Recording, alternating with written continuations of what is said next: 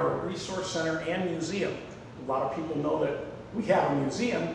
You do not realize we are a resource center for all local veterans. We actually help them with food and rent and whatever else they might need, along with helping get their DD-214s or whatever things they may need, because we actually have a DAV office in the back. One of the things that people miss in the museum is when they first come in to sign in, is the bell that you see on the wall there. It's actually done by a guy named Mike Tobiasen. He actually got a blue ribbon for that, and it's made from a whole bunch, you can actually see them, of different insignias. And they are for all the branches, all 5 branches, Army, Navy, Air Force, Marine, and Coast Guard. And what I really want to know is, how many friends did he have to get that many of them? It's just an interesting piece that we have here in the museum, and most people miss it. Our first section, it's 9/11. We have a couple of interesting pieces here. Number one, we have some actual photos from our ABC7 affiliate. We also have an actual Life magazine that was done in commemoration. And we also have a photo of Dr. Carroll with some of the first responders. So it's an interesting exhibit, and one we always like to show and remind our viewers of what they're seeing here. Our display on the Purple Heart. We have several sections to it. We actually have Purple Heart here. Most people have never seen one. Also, we have a Distinguished Flying Cross. I don't know if you can get that in, but this man has a Purple Heart as well as a Distinguished Flying Cross. And it's amazing, some of these guys will amass a number of medals. This one happens to do 3, 6, 9, 12. There are 13 ribbons in this case. He received them all, and it's just amazing. He was in during Korea, and he also visited Europe and the Asia Pacific Theater, as well as getting the Purple Heart and the Distinguished Flying Cross.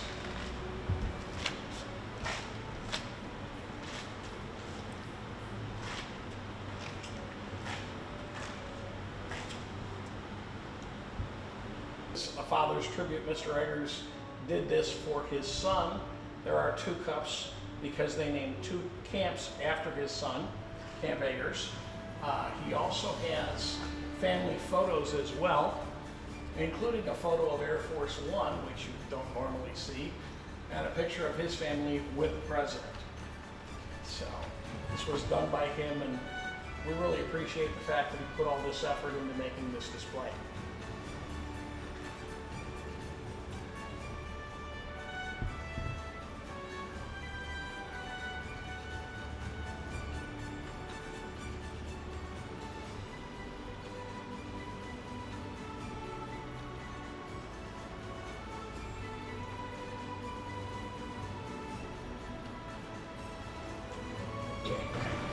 These are all the Floridians who have passed away from 2001 to 2014 with Operation Iraqi Freedom and Enduring Freedom.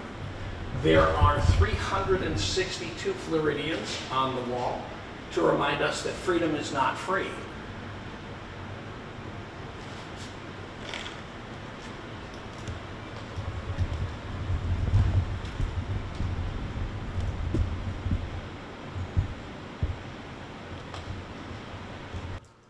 This is part of the Purple Heart display as well for the Korean War and for World War II. We have over a dozen Purple Hearts on display, and it's just amazing that we have that many generous people who are willing to give us their family's Purple Heart. So I thought that was just really generous of them.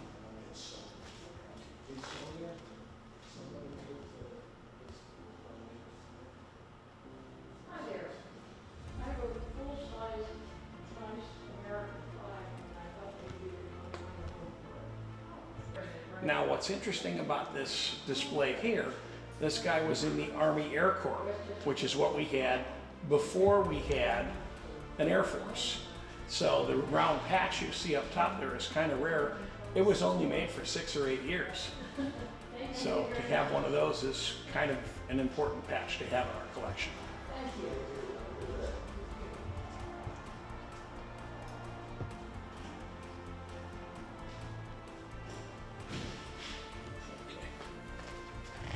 this is our General's Corner. Of course, we have Patton. We have General James Dozier, who's our local hero. He actually wrote a book. And also we have Robin Olds. Now, Robin Olds is a 1-star Air Force general. What's amazing is that not only is he amazing, his wife is amazing because she has 2 stars. She was a movie star, and she has 2 stars on Hollywood's Walk of Fame. She also appeared on 2 Life magazine covers, and this is one of them.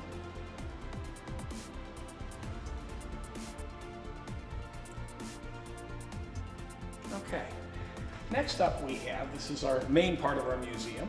These are actually hand-painted soldiers. So you can imagine how much work that took.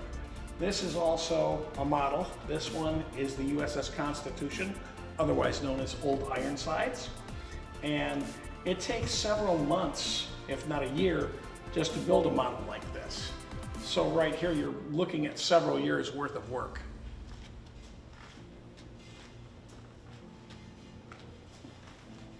Now, you'll notice we have some artwork. We actually have 3 pieces of artwork, and they are done by a husband and wife team. They're one-of-a-kind artworks for us, so we appreciate that. In the case here, we have a pair of dueling pistols. We also have something interesting. We have a revolver with 4 barrels. In addition to that, of course, we have some powder horns and a few cannonballs as well. Go over this way. We actually have a general's box, field box, which is an interesting piece to have from the Civil War. In addition, on this case here, if I can get them to swing around, we have some interesting pieces as well. We have a few actual bullets, and a set of field glasses, and we have that is actually a 5-foot Kentucky rifle. One of the interesting things about being in the museum is you tend to lose a sense of scale. So to realize that that would come up to about here on me, it's a pretty big rifle. We have here are dioramas. These are actually custom made, custom colored. The guys who do these are very particular. They have to get the right colors, they have to get the right proportions. Each one of these boxes is custom made. It takes anywhere from a couple months to a year to build these. So you're probably looking at about 2 years or more in construction time for these 3 boxes. In addition to that, we have this wonderful shirt. This shirt is from the Spanish-American War.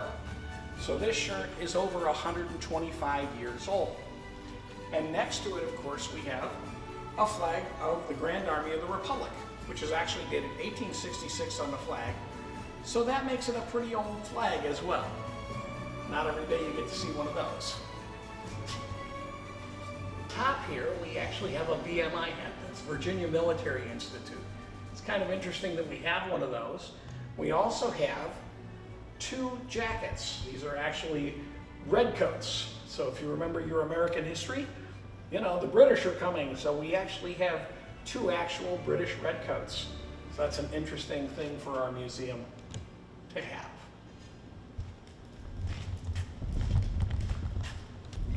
In this case, I talk about the handbook, the saw, and of course the Colt. Okay, all right, go. All right. Now in this case, we have a couple of interesting things. You might have heard of a PDA or a PDR, which is a physician's desk reference. It's that big thick book on your doctor's desk. Well, these are your PDR from 1865, U.S. Army Surgical Handbook and Field Medication Guide. In addition to that, if you remember, they used to nickname doctors sawbones or bones.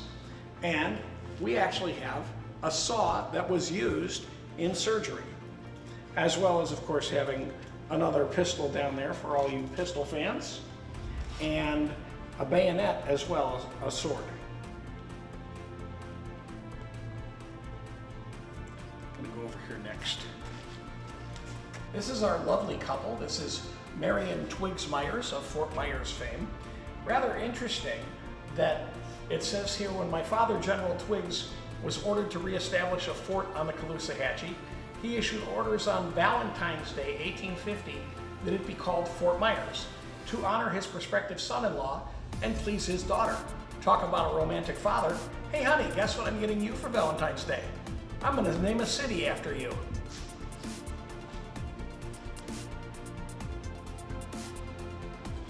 Over this way. Bracelet. If you've heard of a place called Harney Point down here in South Florida, they used to have a wampum factory there, which is the little beads. And at one point, the wampum factory caught on fire. And of course, they used buckets to put it out. And all the wampum beads ended up on the sand. And to this day, you can go out to Harney Point, go through the sand, and actually find wampum. So we actually have a display explaining that. I thought that's a neat piece of local history.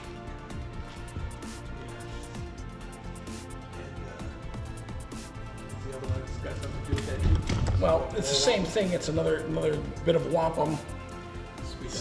Okay. Ready? Okay. So this is another piece. We have some wampum. This time it's a necklace. Same kind of thing, which came from Harney Point. So if you ever get out that way and you want to dig through the sand, you might find yourself some wampum. Interesting thing about this painting is that I always tell people we get words from warfare like smart bomb and whatnot. Have you ever heard this phrase, the whole shebang? Well, it actually comes from World War I. You see, the cubby hole back here was where he used to put his stuff, and that cubby hole was called the shebang. Well, the trenches were miles long, so once you were told to move, you had to literally move the whole shebang, and that's where that comes from.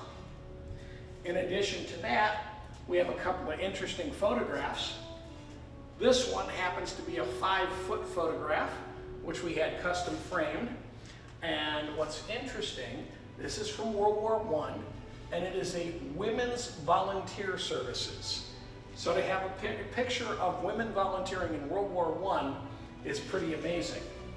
In addition to that, we have a small picture here. I'm not quite sure you can see it, but it's actually a whole bunch of Marines in their dress whites and in their dark uniforms to make North America and South America.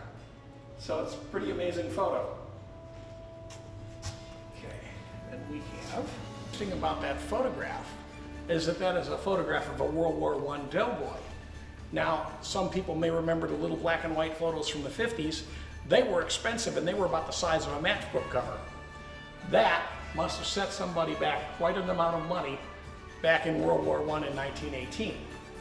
In addition to that, we have a small display here. The gold frame, I don't know if you can catch that one. That is actually, it says Windsor Castle on the top, and underneath it says George R. And that's King George's autograph from World War I. We also have a little display on Channing Page, which is what Page Field was named after over in Fort Myers. And finally on the bottom, we have a box with a tube in it. What that is, that's an aiming tube for a World War I aircraft. Originally, they did not know how to shoot through the propeller, so they mounted the machine gun on the top wing, which is great, except the gun's 3 feet over your head. It's kind of hard to aim. So they added this aiming tube to adjust for the azimuth for the 3 feet between your head and the gun so that you could shoot more accurately. Well, the oldest things we have in the museum, of course, we have a piece of petrified wood, and we also have some arrowheads. We also have a skull cracker in there for any of those rowdy children you may have. All right, if we come over this way, of course we have, if you'll notice there, that's a Harper's Weekly. If you notice the frame is rather thick. The reason for that is we have the entire magazine in that frame. In addition to that, during World War I, the guys used to go through a lot of socks. So we actually have an advertisement there saying, "Our boys need socks." And of course, some of you may have heard about the carrier pigeons that were used during World War I, and they had about a 90% success rate of getting their messages through. This is our World War I doughboy. Why did they call them doughboys? Well, it's rather interesting. We're North American, and our makeup is a little different than theirs. If you'll notice, people in Europe have a little darker skin tone than Americans do.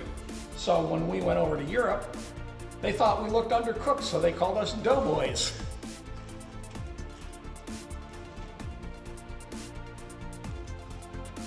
So our last piece from World War I, it's rather interesting that we actually have actual autographs. So we have a couple of very famous people here. The guy up in the top corner, you might know Woodrow Wilson. Also Captain Eddie Rickenbacker. Of course, you might recognize the Red Baron.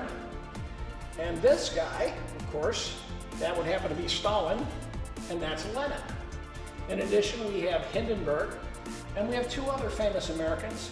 Down in the bottom corner there, we have Blackjack Pershing, and next to him, Sergeant York. So that's just a really neat piece that we have in the museum here, especially interesting to all of us collectors. One more name to mention, if you're really famous in history, they go by one name, Ferdinand. Yes, he was the one who was shot and whose assassination started World War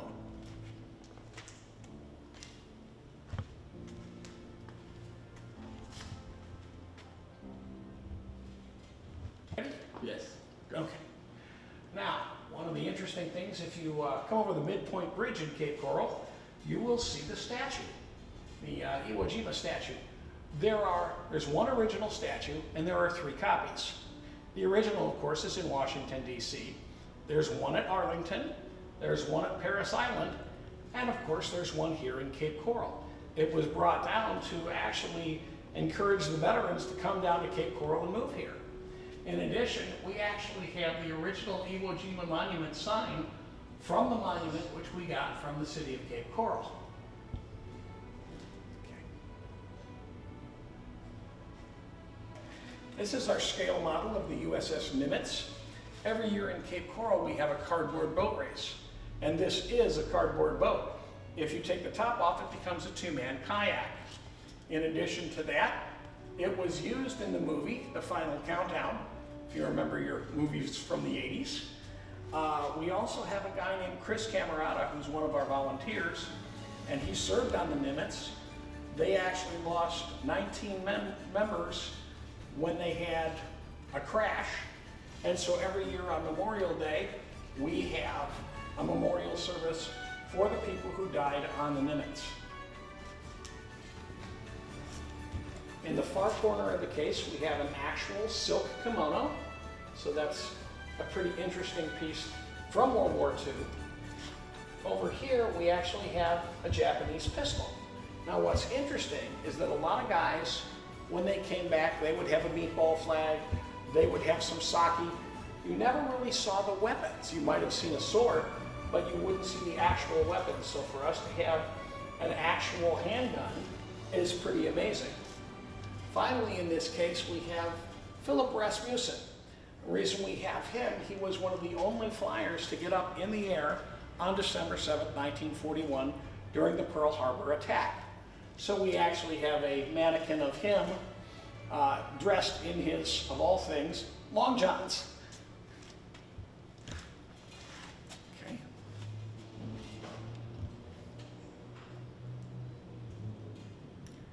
In addition to that, next to him, of course, we have a Japanese jumpsuit, which of course doesn't fit our mannequin because they're a whole lot shorter than we are.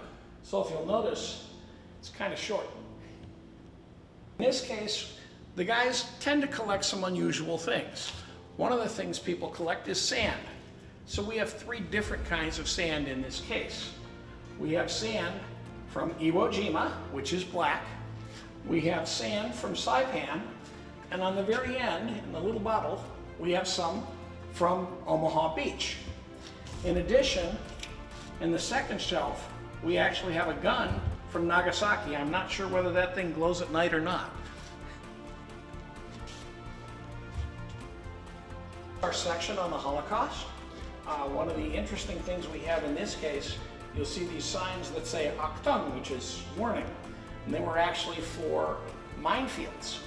There were no minefields outside the camps, but it was a type of psychological warfare. In fact, if you watch the movie with Rutger Hauer, I believe it's called Escape from Sobibor, you'll find out he says, go ahead and run across the field. There are no mines. So it was simply psychological warfare that they used. We also have an actual SS patch right here. In addition to that, you may recognize the guy in the picture. He was actually in Hogan's Heroes, played the Frenchman, Louis LeBeau. And what's interesting about him is that Robert Clary, the reason we have his autograph is he spent 3 years in a forced labor camp during World War II. So, in addition to that, we actually have some of the armbands from the camps. There were actually 7 different types of prisoners in the camps, and we have 4 of the different armbands. We also have some camp money. It was actually ghetto money from the Warsaw Ghetto. They would take your money and issue you this. And finally, of course, we have some medals and patches and ribbons. So, thank you very much. We appreciate you checking our museum out.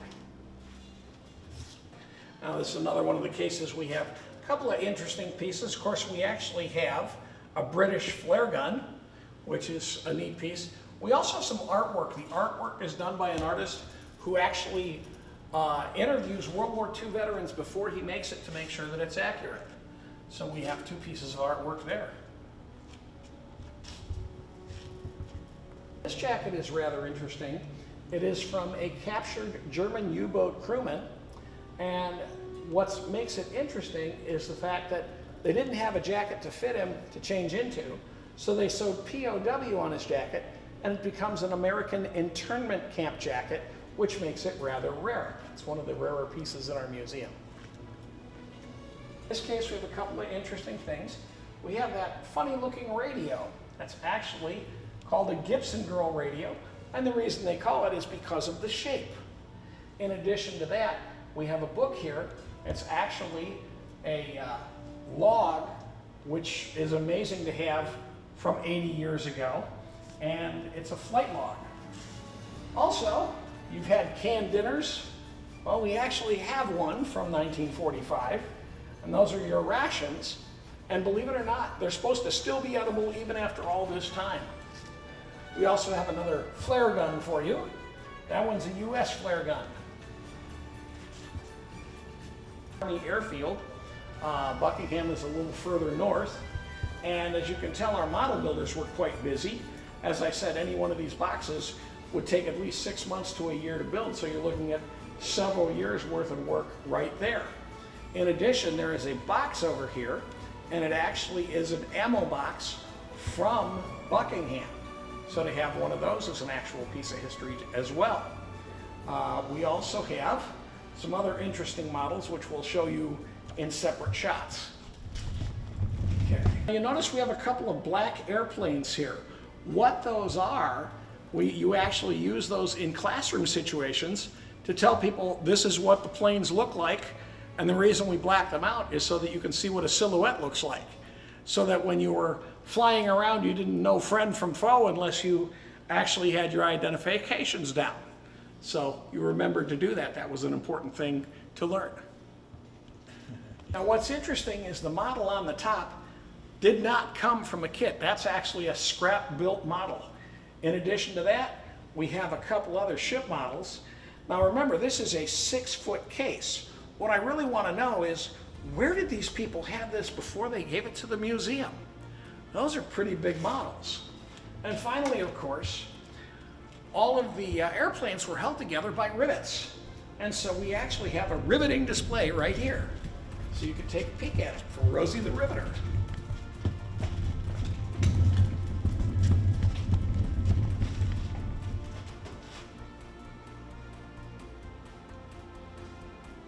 This is our Jeep. Actually, it does run and move when we put gasoline and a battery in it. But what's amazing is that it does run and move. I'm always amazed that things like this are still around and still work, considering they're over 80 years old. Because this is actually from, I believe, 1944 or 1945. So to have an actual Jeep that runs is pretty amazing.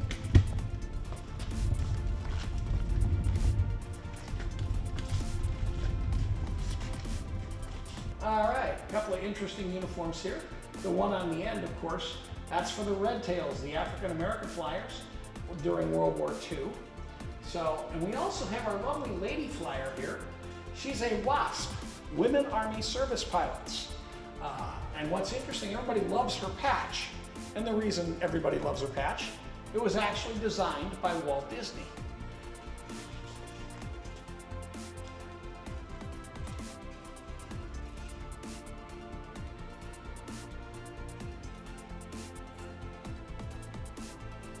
One of the interesting things we have, this is our ladies section.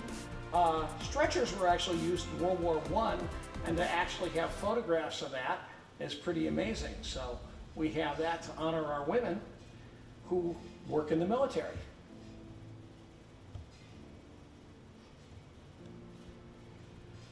One of the interesting things we have, this is our ladies section. Stretchers were actually used in World War I, and to actually have photographs of that is pretty amazing. So we have that to honor our women who work in the military.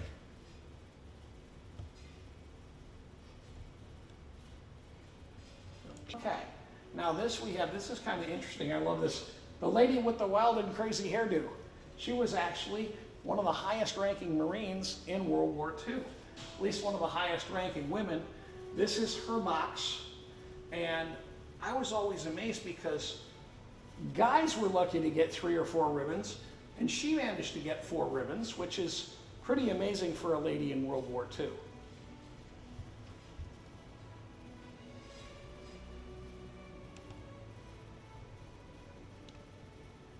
This is more of our ladies section. Of course, we have the mural on the wall for the Vietnam Nurses Memorial. We also have, this is Marie. Interesting thing about Marie, once again, like I said, most women, they only ended up with 3 or 4 ribbons. Marie was in World War II and she ended up with 5. One of these happens to be European theater, one happens to be Asia Pacific theater as well. And so she not only saw the fall of Germany, but she saw the fall of Japan. The other amazing thing was she was a nurse, and if I remember correctly, she died in 2011 at the age of 88 and is buried in Prado, Pennsylvania. Finally, on the bottom here, we have Bernie Braden. She's one of our local heroes. She used to sell real estate here in Cape Coral, and that's how I met her. She was the first woman realtor in Cape Coral. No one ever told me that she actually worked for the Army Air Corps in World War II.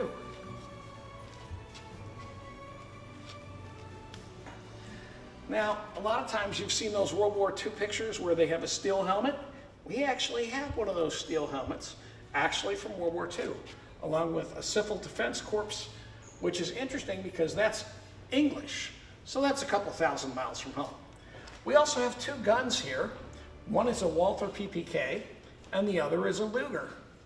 In addition to that, at the very end of the case, we have a Hershey's candy bar box. And why would we have that? Well, a lot of times you will see pictures of the GIs in Europe, and the little children are chasing after them to get a Hershey bar, which was about this big, what we call a fun size. Okay. Now, we have some interesting things just lying around in our museum. One of the reasons you take a tour is there are certain things that are not marked, like those funny little silver T-handled things. Those are actually rip cords for your parachute. In addition, we have a couple of hand grenades here, otherwise known as pineapples. And we have a thing that says the Ghost Army World War II. It was actually a group of people, about 1,500, who made themselves look like 50,000. At one point, they actually were doing some maneuvering, and that's what this is for. They had announcements and all that kind of stuff. And Patton was used, because the Germans hated Patton and were scared of him, to delay 3 German divisions on D-Day to go to Point de Calais as opposed to going to Normandy. We actually had, the thing was so amazing because they even had fake unit patches, which we have here. Finally in the case, if you, I don't know if you can catch that photo there, that's actually Julia Child, who's known as a famous French chef. Well, before she was that, she actually worked for the OSS during World War II, which later became the CIA. So she was a spy. One of her early recipes was shark repellent.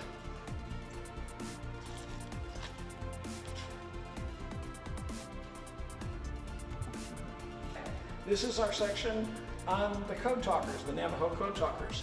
The only code that was never broken in World War II is there were only about 30 people that knew how to speak it. Each one of these men actually had their own personal bodyguard whose job it was to shoot them dead in case they were going to be captured. And so the code was never broken. It's just amazing. If you want to learn more about that, there actually is a movie out with Nicolas Cage in it called Wind Talkers. One of the things I tell people is if you have any annoying neighbors, we can take care of them. This is actually a 50 cal, and there's another one of our boxes. That's actually from Buckingham again. Also, we have a display of bullets. Only in a museum like this could you have a display of bullets.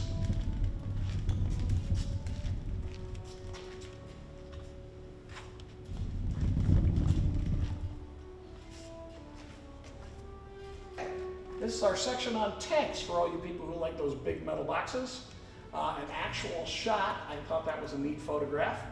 Also, we have this. This is actually an actual World War I recruiting poster.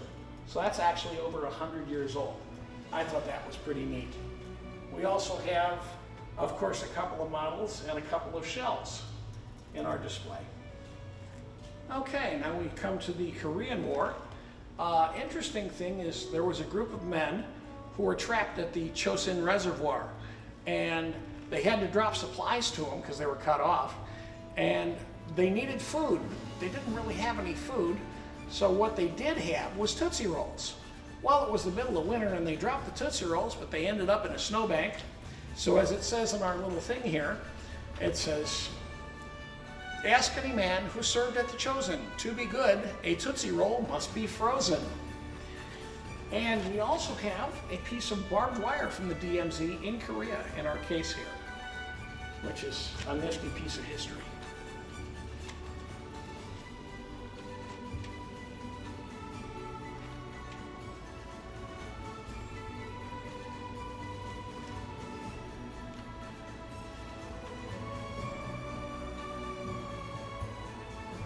Now we have an unusual uniform here.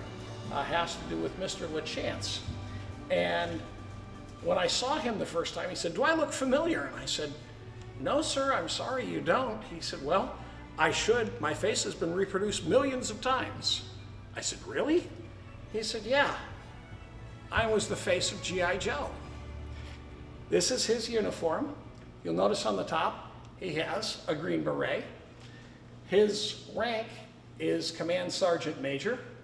As I said, most people end up with 3 or 4 ribbons. He's got 3, 6, 9, 12, 17 ribbons altogether. The oval patch there is a Jump Master ribbon. He is Special Forces and Airborne. Each one of these stripes, there are 7, stands for 3 years in the military. On the other sleeve are 4 bars. Each one of those is 6 months in combat. He spent 2 years in Korea. So to meet that man and to have met him and talk to him was just a real honor. Now, we also have on the bottom here, we have the cockpit for an F-86 Sabrejet. Actually, fairly crude by today's standards.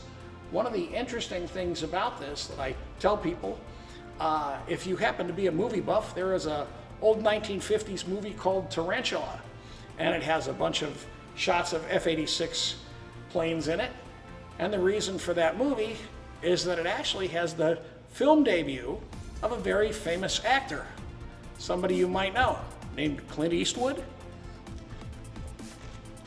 Where do you want to put him at? I don't know, where do we want to put you? We can put you in films, John. How you doing? This is John Camp. He's a World War II vet. How you doing, John? Why do you want to memorialize me? Because you're special. You're a World War II vet. Not only that, but you're 99 years old. And the greatest treat me as some kind of freak in your museum. Hey, you're the GOAT. You're the GOAT of military service. You are the GOAT. Thank you, John. The greatest of all time. Okay.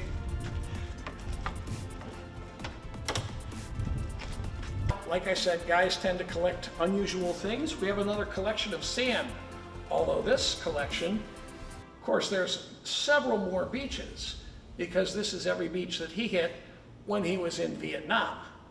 We also have in the case here a couple of interesting pieces.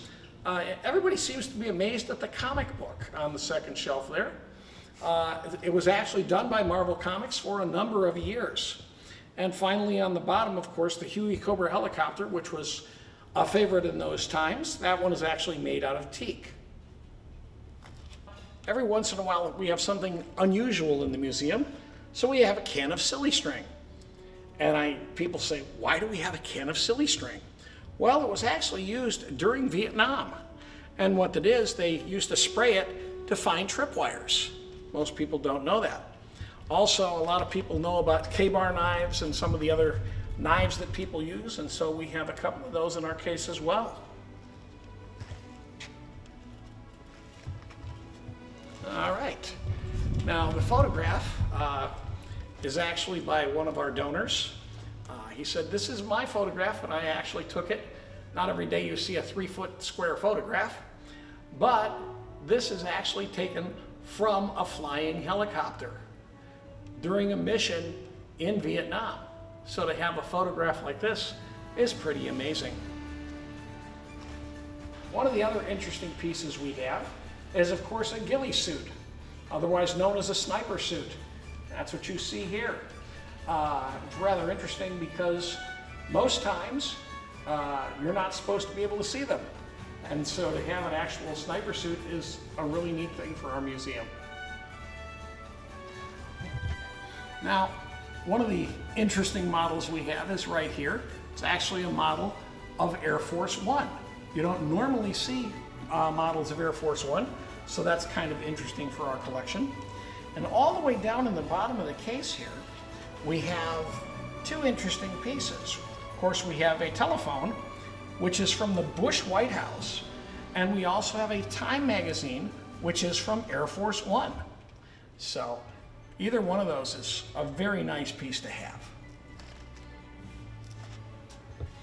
They are supported by Dr. Carol Rae Culliton and the Gunnerberg Foundation. They are the ones who make this all possible.